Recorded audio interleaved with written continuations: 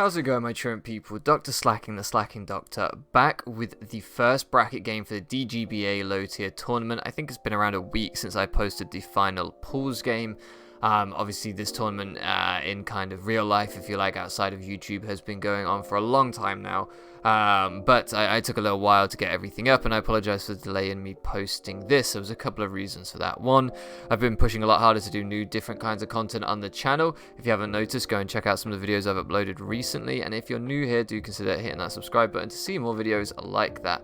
And two, I screwed up the original recording of this game. So we're taking on Sieeefmon, his name is, I believe you pronounce it that way, Sieeefmon, in the first brackets game, as I said. And I did record it live, but unfortunately I forgot to stop recording it. So my recording ran when I went downstairs to go and eat my dinner, when I got into bed that night, and it ran and it ran and it ran until eventually my computer just crashed because it ran out of space to store it and the file got completely corrupted. So apart from nearly breaking my computer, I also do not have the recording anymore. So I say until my computer ran out of space, I assume that's what happened, or OBS just ran out of processing power, or I don't know what happened, but either way, I had an absolutely massive file. It was gigabytes and gigabytes, and it couldn't be opened on any program. So we're going to have a post-com today. We're going to be going back over this game and reflecting on it and talking about it, which I think is really cool. So I'm going to go through the team very quickly here. If you haven't seen already, linked down in the description will be our new subscriber Discord server where you can join to give feedback on all our videos and to request new video ideas or just, hang out and chat to the truant people. But let's talk about this team. So we have a choice banded Zygarde here. I should say that me and Eric, shout out to Strumful, we did look at some of Sieeefmon's replays before I built my team for this. It looks like a very good player. Both me and Eric thought, yeah, this guy's going to be a tough opponent. And so Eric gave me a mock for this game, and I believe so did Aquarius. So huge thank you to them. But yeah, we were expecting a tough one going into this. So we've brought a choice banded Zygarde, Adamant. I'm guessing this speed tier was enough to outspeed pretty much all of his team. I know that he had a big speed gap between Crocodile and then I think it was like Aerodactyl. So I just ran a little bit of speed for the Crook, and then went Adamant, max attack, very bulky with Outrage, 1000 arrows, Crunch, and extreme speed. The Crunch is on there to bop the Slowking. However, I could do with getting Hazards up or a Toxic on the Slowking on his team to be able to really take care of that thing. Next we have Rillaboom here. Really good set this week against his team. Drum beating, Earthquake, Drain Punch, and Acrobatics. Acrobatics will hit the Blaziken and the Victory Bell. The Kebia Berry here, taking half damage from poison attacks, meaning that we can sponge a hit from the Victory Bell, and then Acrobatics it the next turn. Drum beating will slow it down to make it slower than us on the switch-in. Same for Blaziken if that's his switch-in. And if his switch-in is Ferris Seed, then Drain Punch will do a number to that thing. So really have great coverage versus his team here. We do not want to get burnt by the Slowking, but outside of that, we can go to town on his team. And we should get lots of opportunities to switch in on passive things like the Ferris Seed. Next up, we have Teeth, the Scrafty, with Intimidate, Bulk Up. This set can potentially sweep him. It did really well in my practice games. Leftovers here, with a lot of Spadef, basically so that I can tune Moonblast from his Clefairy as well as possible. Bulk Up, Knockoff, Drain Punch, Ironhead hits his whole team. I do need to be wary of like a banded Blaziken that will destroy me even through a +1 defense boost. But I can come in actually on Aerodactyl and sponge hits set up on that thing. I can definitely set up on the Crocodile. There's various things in this team here that are just kind of set up fodder for Scrafty. I do kind of wish I had Shed Skin for burns from the Slowking, but hey, you can't have it all. Next up, we have Talonflame. Again, not much speed on this thing. I think actually a little bit faster than the Zygarde. The idea being that we just have enough speed for anything trying to speed creep a slow Talonflame. Flare Blitz, Brave Bird, Will-O-Wisp, Roost. Very kind of bulky, supportive set, I guess. I can switch in on the Victory Bell really well with this. And I believe like this still gets damage rolls on everything I need is to get damage rolls on. It probably still Oko's Blaziken or something with this investment in attack. It'll be something like that. More than likely, I don't remember the exact damage rolls now. Flame Body, of course, for that burn chance. Next up, Medium Steve, coming off the bench for the first time. Dropped Diancie, changed up the team for the first time here. In pools, we ran through with the same 6 every week. I didn't mind doing that too much in pools, especially after I'd gone 2-0, just to kind of keep my other things for playoffs if I had any techs I wanted to show there. So Medium Steve's here to be as offensive as possible. Bullet Punch, Zen Headbutt hits his whole team bar in the Slowking. Sleep Talk means I can come in on the Victory Bell and get sleep powdered. And Toxic means I can hit the Sloking, which is his main kind of psychic resist. Now this is hard-walled by the Ferroseed, but as I've said, I do have ways of getting a ton of momentum off the Ferroseed across this whole team here, so I'm not too concerned about that. Last up, we have a Sugarberry Tentacruel. This can take an Earthquake from the Aerodactyl and Scald it. It can also take an Earthquake from the Blaziken and Scald it. Blaziken could be running Thunder Punch to hit both the Talonflame and the Tentacruel, but I think it's likely it'll have Earthquake, so it just Sugarberry will cover the Blaziken's Earthquake if it has it, but also cover the Aerodactyl's Earthquake, so I felt like it kind of killed two birds with one stone rather than running, I don't know, something like a Wakanberry for the Thunder Punch Blaziken, then that not even coming. So yeah, this seemed like a more blanket kind of check to two things to be able to lure and get rid of one of his two main offensive threats. Other than this, there's not too much that I'm concerned about on his team, so I was able to just run it pretty speedy. Of course, I will take a hit from Crocodile as well with the Sugarberry and be able to scold that thing. So just a bunch of stuff. I want to get T-Spikes up as soon as I can in this game for that Slowking to make it 2-hit KO'd by my Zygarde.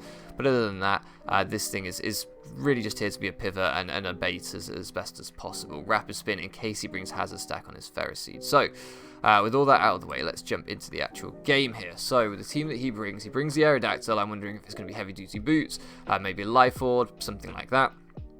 Could also be a Focus/Lead. Then he has the Crocodile, could be Choice Scarf, could be Choice Band, could again be some sort of lead set. If I don't see Intimidate, then I might be able to suspect that it is like a Moxie Scarf set.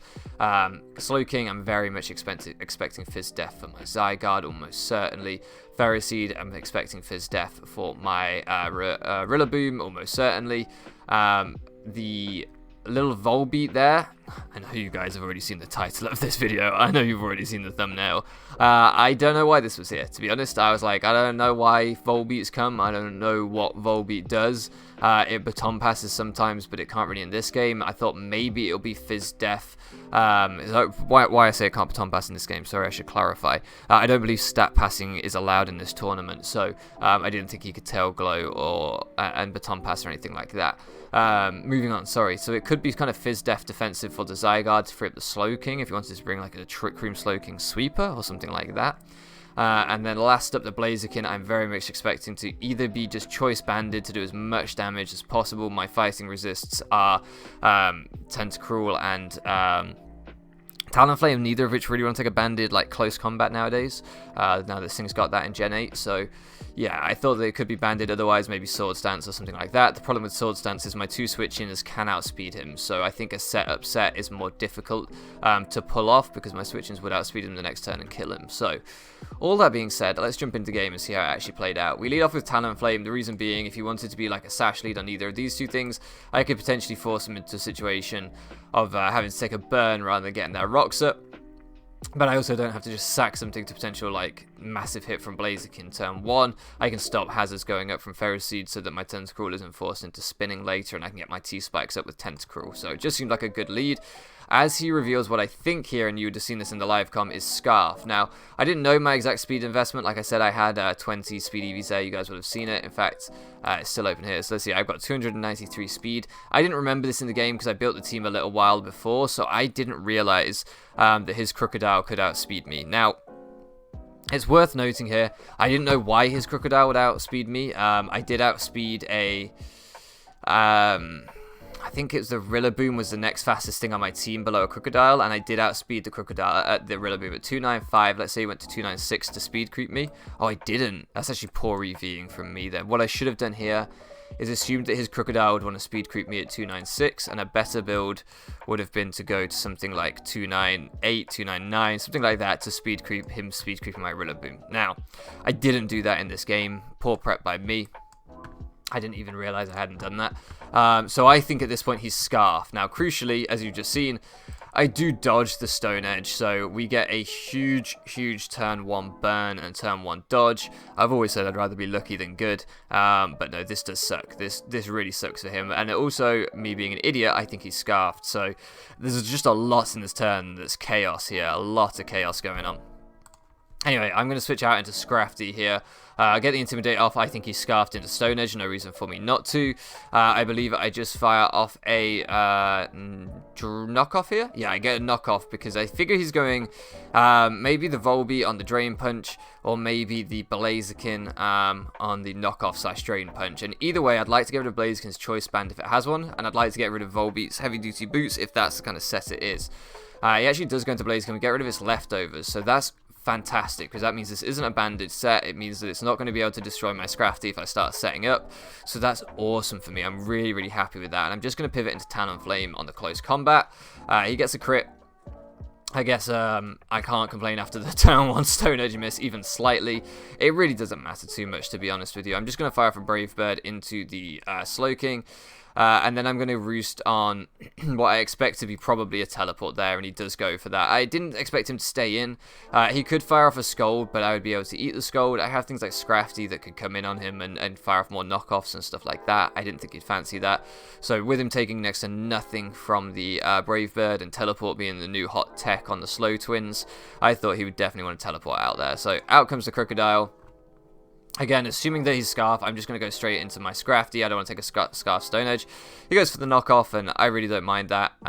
That's fine by me. I don't mind losing my leftovers too much. Here I get to Drain Punch, thinking that he might use a Blaziken as a pivot again. I don't want to just knock off, and I'm feeling in a pretty good spot right now, and this is where things start to go badly for me. So, feeling in a pretty good spot as that Blaziken comes in. What I should have done is got hard Tentacruel, because his play is never to Earthquake here. At worst, he Thunder Punches into Tentacruel, which won't okay me. If he does Earthquake, I have my Shuckerberry and I'll take it, and I'll outspeed him the next turn and be able to get my T-Spike down, and I want my T-Spike so badly in this game. But as I say, instead, I go into my Talonflame thinking he might CC again and not wanting Tentacruel to take it when Tentacruel has no reliable recovery. This is a very bad play by me. As he reveals the Rock Tomb, I thought if he had like Thunder Punch or something, I might be able to take one. I don't think, I think I would have done actually seeing that Rock Tomb damage. I didn't expect him to just raw Stone Edge, but it was a very decent play by him. And I think his best play there, because, yeah, he had to cover the Talonflame switch, and so because that was his best play, my best play was to go Tentacruel, but, yeah, misplay by me there. Either way, I'm now going to get in my Tentacruel, and I'm finally going to get my T-Spike up, but I have had to sack my Talonflame to achieve that, which is really not what we wanted here. I'm going to knock off the leftovers on this thing, predicting him not to go for a Scold that turn, not to go for a Psychic that turn, and here I predict him not to go for a Psychic again. I'm playing really aggressive because I don't want anything getting burned. I really don't want Rillaboom burn, and I really don't want Scrafty burn, and I actually get the play wrong as he goes for the Psychic here. So I'm now going to Scrafty this turn, as he goes for the teleport, and these past 5 turns have been a disaster for me, and here is where I pretty much am backed into a very difficult corner, and I'm going to have to outplay the rest of the game, because that's a really bad spot for me to be in. I've got my T-Spike down, which is fantastic, but I've taken huge damage on my Tentacruel, which means its Shuckerberry Lure is no longer great. I can't switch in on the Blaziken anymore. I should have gone into Scrafty a turn earlier. The knockoff here was way too aggressive, way too aggressive. Had I gone into the Scrafty, I would have been able to get a Bulk Up before he could switch into anything else, and I would have been in a phenomenal spot. But instead, I go into Scrafty on the teleport, which gives him the momentum.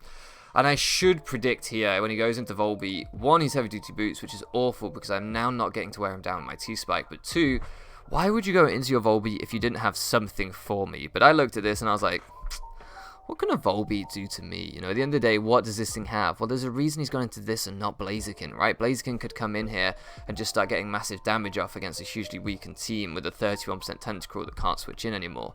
There's no reason that he would go into this unless he doesn't want to get his Blaziken poisoned, and this thing can do something. So I should have thought longer and harder about why my opponent was making the plays and the positioning my opponent was working for, rather than just looking at it and going, well, it's a Volbeat, what the fuck can it do? It was really poor by me not to to try and call my opponent's bluff here, when the reality is I had so much less information than my opponent did. Why would they bluff in this situation? They had no reason to. So he gets the play rough off, gets 59.